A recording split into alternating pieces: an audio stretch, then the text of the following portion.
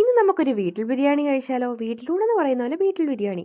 കുറേ നാളായി വീട്ടിൽ വെച്ചിട്ട് ഇപ്പോൾ ഗ്യാപ്പിന് ശേഷം വെച്ച കേട്ടോ. അപ്പോൾ ഞാൻ ഇങ്ങനെയാണ് ദം ഇട്ടെടുക്കുന്നത്. ദാ ഫോയിൽ പേപ്പറൊക്കെ വെച്ച് നല്ല സെറ്റാക്കി ദം ഇട്ടെടുത്തിട്ടുണ്ട്. നല്ല മണം ഉണ്ടായിരുന്നു തുറന്നപ്പോഴേ. ഒരു കാര്യം മാത്രം മറന്നുപോയി, അണ്ടിപ്പരിപ്പ് മുന്തിരിങ്ങ ഇടാൻ. പിന്നെ ലാസ്റ്റാണ് ഞാൻ ഇട്ടത്. അത് കഴിഞ്ഞിട്ട് ഇതാ സെറ്റ് ചെയ്തെടുക്കുകയായിരുന്നു. നല്ല പെർഫെക്റ്റ് ആയിട്ട് വന്നിട്ടുണ്ട് കേട്ടോ. നമ്മൾ നമ്മുടെ കടയിലൊക്കെ കിട്ടുന്ന അതേ രീതിയിൽ വന്നു. ഏറെ നാൾക്ക് ശേഷം കേട്ടോ ഇങ്ങനെ പെർഫെക്റ്റ് ആയിട്ട് വന്നത്. എനിക്ക് ഭയങ്കര സന്തോഷമായി. കുറച്ചേ വെച്ചുള്ളൂ, എന്നാലും നല്ല രീതിയിൽ വന്നിട്ടുണ്ടായിരുന്നു.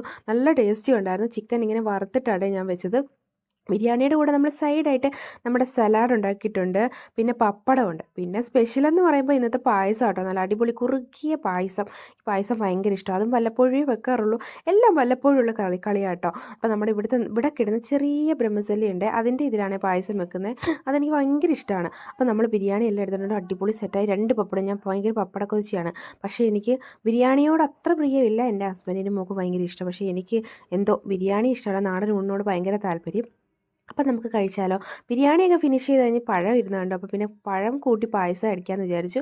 നല്ല അടിപൊളിയായിരുന്നു. അത് കഴിഞ്ഞ് ഞാൻ പപ്പടവും പരീക്ഷിച്ചു. രണ്ടും ഭയങ്കര ടേസ്റ്റ് ആയിരുന്നു കേട്ടോ. അപ്പം നമ്മുടെ ഊണിൻ്റെ വിശേഷമല്ല, ബിരിയാണി വിശേഷങ്ങൾ ഇത്രയൊക്കെ ഉള്ളൂ. നിങ്ങളുടെ വീട്ടിൽ നിന്ന് സ്പെഷ്യൽ എന്തൊക്കെയാണെന്ന് ഒന്ന് കമൻറ്റ് ചെയ്തേക്കണേ. ആദ്യമായിട്ട് നമ്മുടെ ചാനൽ കാണുന്നവർ ഒന്ന് സബ്സ്ക്രൈബ് ചെയ്ത്